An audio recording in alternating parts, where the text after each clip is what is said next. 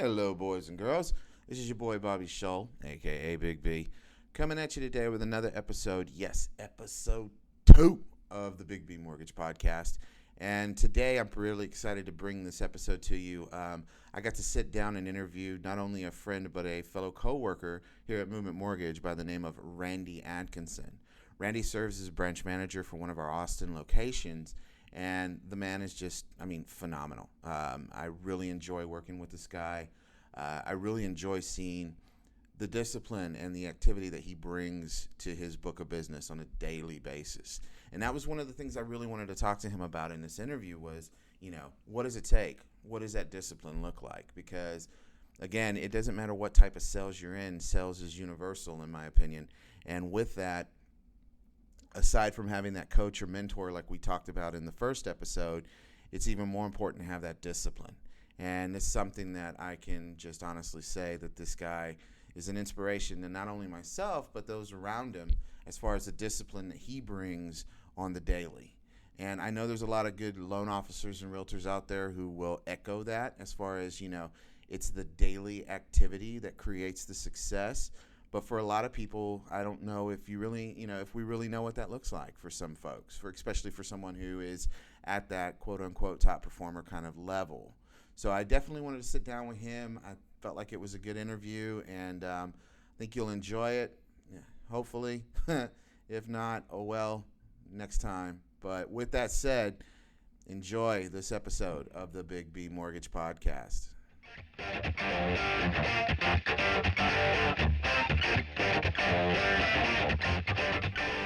What's going on, people? This is your boy Bobby Shull, aka Big B, coming at you with another episode of the Big B Mortgage Podcast. Today, I got a really cool guy and a counterpart over here in Austin, Texas, Mr. Randy Atkinson. What's up, big dog? Hello. How you doing, man? Good. Doing great. You enjoying that snow outside? Yeah. Huh? Come on, man. Did your kids lots. get to go play in it? They did. 5:30 this morning. Oh, nice. It was awesome. Well, you get up early, don't you? You're an early riser. Yeah. So what are you doing at 5 a.m., dude? Exercise. Come on now. Yeah. Come on. Exercise. And that's the only time I can. I have 2 little kids. They're still asleep for the most part. How old are your kids? 2.5, and one will be 1 on Sunday. Really? Yep. Nice, dude. Nice. And they're both boys. I've had the pleasure of meeting them. Yep. And your lovely wife. And Wild Indians, man. Yeah, man. So for those of you who don't know, I know I talked about this in the intro section. Randy is a loan officer. He's a loan officer, of course, with Movement Mortgage. I've had the pleasure of working with this guy going on 2 years now. And I really wanted to make sure I got an interview with you because, dude, I got to be honest, you're a machine. Thanks. If there's anybody who consistently brings it every day, you're definitely that guy. And that's one of the things I want to talk about, right? It's one thing to say you're a loan officer and to go out and maybe fall into a deal once in a while if you don't have a plan, right, or accountability or what have you. And I feel like a lot of people get stuck in that rut, right? Would you agree? For sure. It's not easy building a book of business, and it's even harder to stay disciplined into doing the things you got to do every day. Yep. Right? I agree. So before we jump into all that, man, tell me a little bit about yourself, brother. Tell the people all 4 people who are probably going to listen to this podcast, tell them your story, man. How did you get into the business, bro? Got in the business, had a friend of mine that was a ex-roommate from college. Played baseball together, and his uncle owned a mortgage company that was a subprime wholesaler back in 2003. And just graduated college, had a finance degree, didn't really know what I was going to do. Talked to my buddy. He said, hey, why don't you test this out? Come check it out. I went and interviewed. It was almost like walking into Boiler Room. For real? Yes. There was just big room, little bitty cubicles, and just people dialing and talking and making deals. And I was like, I love it. I'm hooked. So... Did you have to yell Recco every time you made a deal? Didn't yell Recco, but there's a lot of stuff being yelled. There was a lot of yelling? Yes, a lot of yelling. It probably wasn't as HR sound as it could have been, but it was It was fun. It was the Wild West, man. And basically, we were like a power broker, and we were selling on the secondary market to Countrywide and City, straight to Wall Street, and some other things. So we were doing just like 4 or 5 different specific programs, but we were calling all over the United States. So basically, cut my teeth doing that first big boy job, and the expectation was 100 dials a day. 100 dials a day, every single day. And you get there at, I think you had to get there by 8, and you couldn't leave until 6. And that was the job. But you could Hold make on a good money. second. And Hold on, man. You had to do 100 dials a day? that was it. But you're calling all over the United States. So you're trying A to day. make- 5 days a week. 5 days a week. Wow. Yeah. That's like more intense than core training. It's pretty, it was pretty crazy, man. I mean, well, they gave you a little bitty base salary and then said the rest is commission, so go get it. So it was basically out of fear for most people. Or you didn't last. Or you didn't last. Did Right. you guys, I'm assuming there was probably a lot of turnover, Oh, yeah. right? That was scary as well. Yeah. First real job, and you see people start and they quit 3 weeks later. You're like, what in the world did I get into? So how did they, I mean, obviously there would be the accountability aspect in that kind of a role where, you know, if you don't, you sink or swim, right? Sure. But like, was this a company that provided any kind of training or coaching, or was it just, here's your script, here's a phone book or whatever they gave you and go get it? They gave you the guidelines to, you know, the 4 different loans that we wrote. You know, we were doing things like 100% 4 loans. 4 loan programs, and they all had different things within them. But, you know, GMAC would do something, City would do something, Countrywide would do 80/20s. That's the only one we do 80/20s on. We were selling to HSBC. They were doing some like debt consolidation, subprime stuff. So there were some specific things that we were doing. So you had to know that. But after that, you had to make up your own script. And Wow. They gave you basically broker shops that were approved with us, and you just had to call in there and find out who is doing what and go from there. And you had to do it all over the phone. There's no face-to-face. So how long did you do that? Did that right at 2 or 3 years, I can't remember, and then went to a bigger subprime company that was a spinoff from. Oh man, no, I can't remember. One of the Yeah, millions it was that were out there they in the were- day? Yeah. And then I became outside rep. So then I was actually walking into people's offices that I didn't know and say, hey, let me look at what do you got? Let me see if we can do it. Let me see if we can fund it for you. Okay, so that kind of, what, was that more of the wine and dine? A little lack bit, of a but better it was term? still, I mean, you're hitting it every day. You know, you're 8 a.m. to 5:30 p.m. You need to be seeing, 12 brokers or Sure. 12 broker shops at least and spending time with them and getting to know them. But that was more of a relationship piece than just dialing. Wow. I'm still blasted by the 100 calls a day. I mean, I know people who struggle to make 5 calls a day. Sometimes it can be hard. And you did it for 2.5 years, you said, right? Yeah, it became the new normal though, so Sure. yeah. You do it Wow. long enough, it becomes a habit. All right, so after that, you went into that outside rep position, right? How long did you do that, man? Oh, I did that until the whole thing imploded, and then decided to, So like 07, 08? and then decided to actually learn how to put a 1003 together. Oh, really? I didn't even know how to put them together. I didn't know how to build an escrow account. I didn't do any of that stuff. Really? I just knew I could read credit and see, okay, we could do this deal or not. Wow. Yeah. Okay, so let's play off of that. Let's talk about when you first got into the mortgage, as far as the actual Customer origination. facing? Yeah, man. Yeah. So again, it was more of a call center piece. It was a branch of Prime Lending. Worked there for a bit. Moved into a role at Chase, and then left there.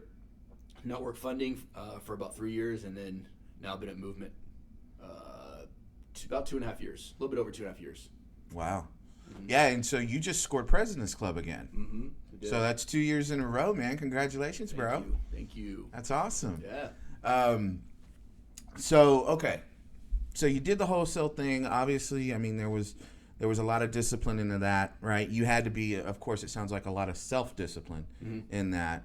And then, you kind of parlay over into the origination role. Now, I know you're a big core guy. Like, you're really into core training, right? So much so that he actually got me into it. Oddly enough. I didn't force him. He didn't force me. But if you ever see a picture of Randy, which you will, you'll understand why I probably said yes. Anyway, but I mean, going back to it though, I know you're very dedicated to your core training, and obviously it's paying off. Right? Sure. Like, Rick and those guys, I mean, they've created a phenomenal platform. It's not for the faint of heart. Right. Right. I'm a big advocate of coaching, but man, even when I look at that, what do they call it? The greatness tracker. It's like, holy cow. Okay. But of course, with your background, it didn't sound like it would be too hard. Old school call sheet. So, all right. So you jump into the origination side, customer facing, as you said. Yep. Right? What was that like? Were you scared? Were you nervous? Was it holy crap? Yep, all of that. All of it. Like, who do I call? Yep. Even though you got all this cold call experience. Yeah. So how did you do it? Well, I kind of fumbled around for about 2 or 3 years and just, did friends, family, and made some relationships, but didn't really know how to maintain relationships and do those things. And the funny thing about this business is, which is one of our biggest weaknesses, I feel, is you are taught when you get in this business how to do the business, how to put deals together, how to make them work, how to know your rules and your guidelines and those things, but you're not taught how to go get the business and how to sustain a true business. And then because of that, everything you're doing is super emotional, because every deal is a yes or a no, and can I pay my bills and can I not? And it shouldn't be like that, because if you're taught from the very beginning how to build a business and how to generate business, it will feed the rest, and you can learn that. And I've had to kind of take a step back and reinvent myself multiple times in order to succeed in this business, because obviously, if you don't know, this business changes pretty often. Sure. So you've got to be able to adapt, but you also you've got to take the emotion out of it and make it very tactical. And that's what I've learned to do over the years by failure, and then also by finding some coaching and those types of things. Okay. How long have you been in core? Since 2012. Okay. So prior to that, you were kind of just doing it on your own? I had no idea where my next deal was coming from. Got it. And again, I think that's something that so many people face. I would be at the grocery store and run into somebody I went to high school with, and then all of a sudden they have a friend that could be buying a house, and I'm calling everybody I know to try to get to that friend. Wow. That kind of one-off deal. That was my business. Wow. But you made a living out of it, right? I squeaked by for a while. Yeah. You squeaked by? Yeah. There were some months that were a little shady, or what? Yeah, there was a lot of credit card debt. I think we've all been there, brother. Yeah. I think we've all been there. All right, so cool, man. I mean, it's like, it's awesome, because your story sounds like similar to a lot of others that I run into, to where it's you just have that moment where you just go in with both feet, right? Sure. Like, you've got to there's the sink or swim concept and all that other fun stuff, but at the end of the day, you've got to take the leap of faith. And in some cases, probably like even with your own story, you're going to struggle. You're going to suffer, right? No, what is it you workout guys always say? No pain, no gain. Yeah. Come on, man. Well, the thing that I always think about is there is a breaking point for everyone, and it's then you make that decision. Okay, well, am I going to just go all in, or am I just going to keep doing whatever I'm doing and tread along? And there was a point where I looked up, and it was like November. I just got married. Now I have a wife and more responsibility, and I think I had 1 or 2 deals that were going to close that month. And I'm like, there is no way I'm going to be able to pay my bills. What can I do about it? What can I personally do about it? And then so finally I'm like, okay, now I got to just give up and run this like a business, instead of just kind of flying through and showing up when I want to show up and all those things. Gotcha. Now, is that when you entered into coaching, or was it? It was? It is. Okay. Made an investment that I didn't have. Right. Put it on credit card, and it's been a wonderful investment. Yeah, I can speak to that. Yeah. We've all got to see the success, and I mean, it's great, because for me, from that leadership perspective, it's always nice to have that person on the team that you can say, look, dude, I know it's hard making the calls. I know it's hard overcoming the fear, right, of call reluctance or rejection or whatever. But come over to Jollyville and look at your counterpart. Come over to Jollyville and look at the manager. I know better. Just for those of you who don't know, I oversee Austin, Texas, and so Randy's branch is part of the team, and I know better than to walk into Randy's office on Monday morning between the hours of 9 and 11. Yep. Because I know that phone is working. I know those earbuds are going. Yep. And the man is making things happen. So, yeah. Now, let's talk about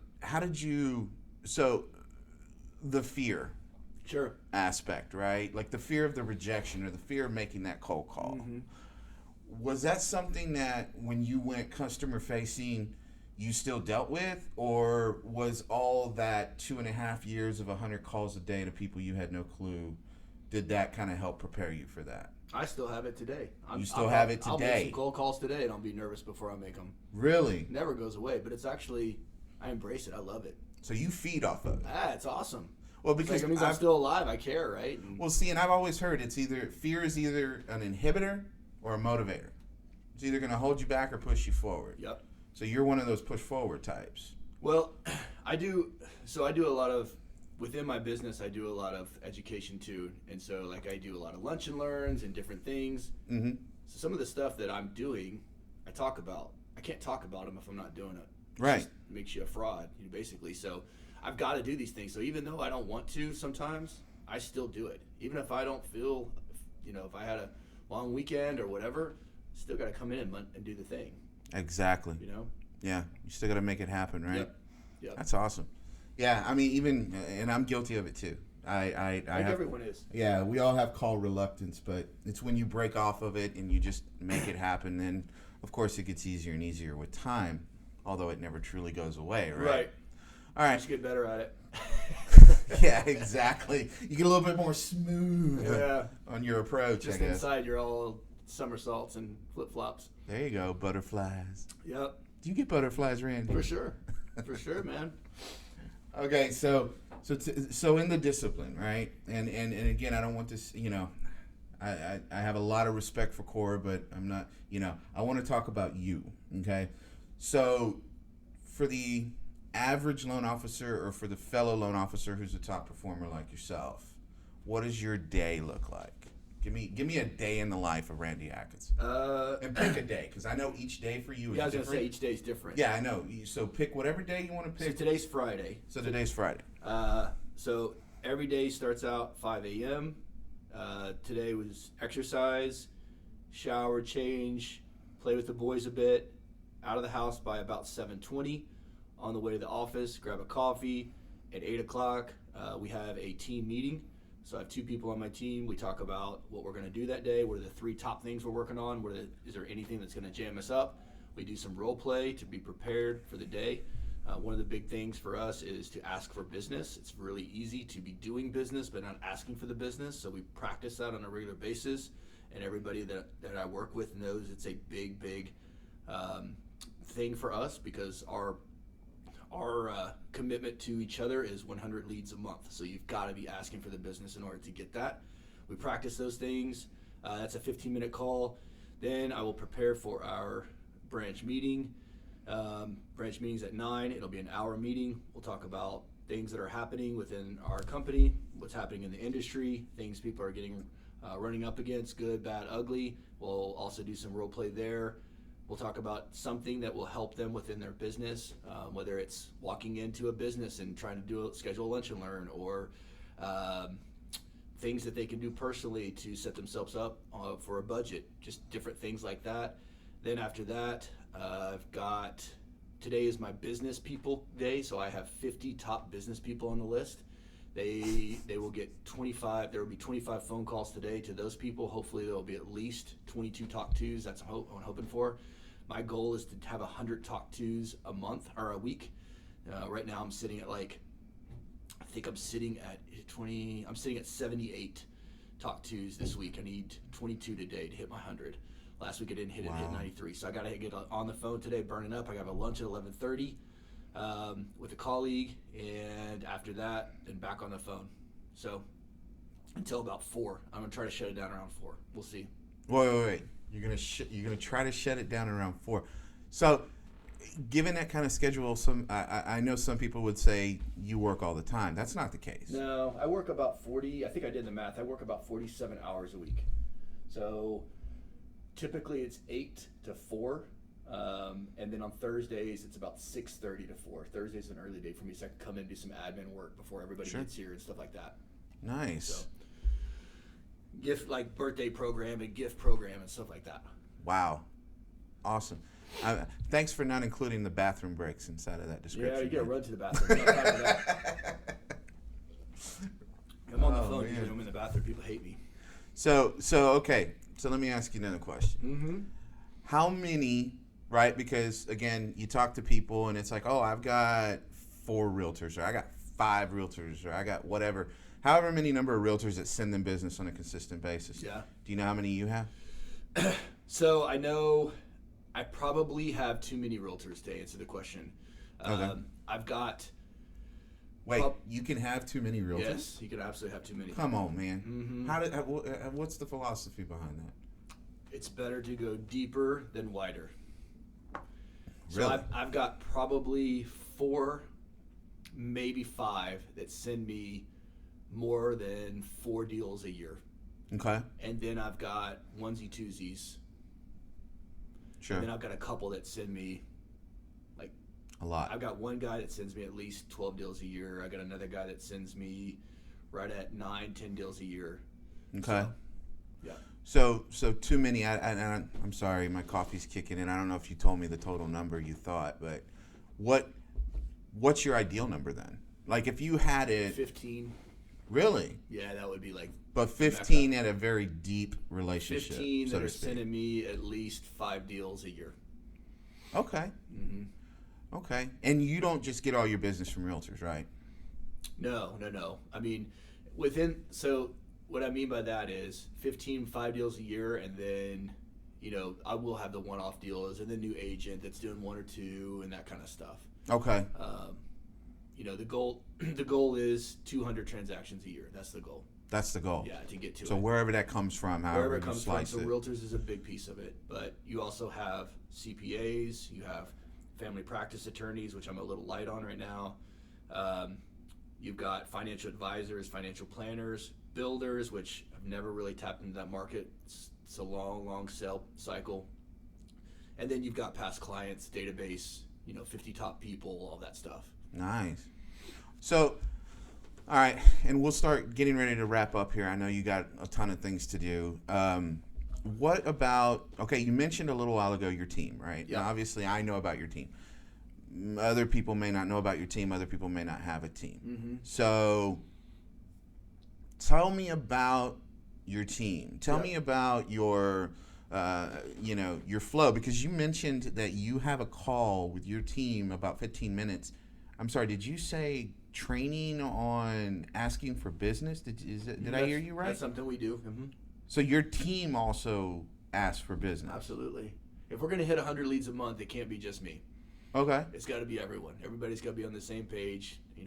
We all win. And just to clarify, you're not talking about the LOs that roll up underneath you. You're talking about your personal team. Yeah. So and going back to core, right? In the core world, it's LP1s and LP2s and all this. So you got your LOA, and then we've got what we call a production partner for you, right? Yep. And actually, I haven't told you, but I'm going to be interviewing your production partner, Brian. Cool. Within the next week or so, man. Cool. I'm pretty excited. Just so you know, Brian Shapley, who is the production partner for Randy, great guy, smart dude. And I can tell you, after watching him kind of work with Randy over the last, what's it been, bro? 2 months? No, it's been since August. Oh, okay. Yeah. See, so now we're on 4th. We're in the 4th month. You're in the 4th month. I've watched this guy go from a little reluctant in certain cases to where I hear him on the phone now, and I'm starting to see a little beast mode in there. Yeah, man. He's an animal. He's getting there, man. He's getting his groove, right? Mm-hmm. But tell me about the team, right? You got your LOA, you got your production partner. When are they asking for the business? I mean, how does Every time we talk to clients. every single time. Okay. Yep. So if a lead comes in, they're reaching out first? Or When you? a lead comes in, I reach out first, introduce myself. We Sure. talk a little bit, and then the next step is if it's a pre-approval, then the next step is to fill out the application. The flow from there is Brian receives the app when it's done. He puts it together. Before he actually finishes the file, he'll call the client, talk through everything with them, make sure that everybody's on the same page, Right. ask any questions. Is there anything extra we can do for them? Mm-hmm. After that, he puts the file together. Then he sends approval note letter, next steps, all of that, calls him to go through that piece. Then he's asking for business at that point, and also setting an appointment for them to come in and meet with me for 30 minutes to go over their approval, to talk about what to expect, all of those things. Right. After that, we're hopefully between that time we're sending their file to underwriting, so we have a firm approval for them. So I always call it the golden ticket. You're not cash, but you're the next best thing. Right. Calling the agent at that meeting and going through it if the agent's not present in the meeting, to go through how to write the offer, what they can do, what to expect, all of those things, so they can, be as quick and agile as possible within the market. Right on. And then after that, we're checking in with them at least once a week. We have every third Wednesday of the month, we have a home buying seminar from 5:30 to 7, so they come to that if they want to. We do a little market update. We do question and answer, talk about what to expect when you buy a house, and it's good to get a bunch of people in the same room because people ask questions that you may not have thought about or whatever. So we have refreshments and all that kind of stuff, and so sometimes agents come to that, sometimes they don't. So we're just kind of staying in touch, and then when they go under contract, then Lisa takes over. Lisa's Wow. basically contract to close. She's Right. the liaison between underwriting, processing, the whole bit. She kind of puts the whole things together. I call her my mother hen. Oh, yeah. And then I love the mother hen, dude. she schedules closing, CDs, all of that good stuff, and then I'm out going and get more business. Nice. So you I mean, and again, I know, we've talked about how the team looks in the future kind of Sure. a thing too, right? Because it's ever growing, it's ever evolving, right? But do you feel that you would be able to do what you do if those pieces weren't in play? No, not No? at all. I would be too much into this stuff. Too much in the weeds, as Yep. they like to say? Yeah, I mean, my job is to go get business. So that's what this whole setup is for. Their job is to, once the business comes in, to take care of it with world-class service. There you go. And that's what they do. Nice, man. Nice. Well, I tell you what, dude. We are at about 25, 26 minutes, bro. See? I told you it'd be painless. Yeah, time flies. Yeah. Anything else you want to add before you close? No? No? You good? Yeah. You ready to get the hell out of my office, ain't you, bro? Gotta get on the phone, man. Come on, man. I'm 20 minutes late. All right. Well, man, I just want to tell you how much I appreciate you, and I really value having you as part of our organization. And thank you for taking time to do this with me, brother. Yeah, man, it's been good. All right. Appreciate you too. All right, man. Hey, everybody. If you need a home loan or if you want to learn more about how to be an awesome loan officer, you just need to reach out to my man, Randy Atkinson. I'm going to go ahead and make sure that I tag him on this thing and, we get him all his kudos. So make sure you show him some love, all right? All right, everybody. Take care.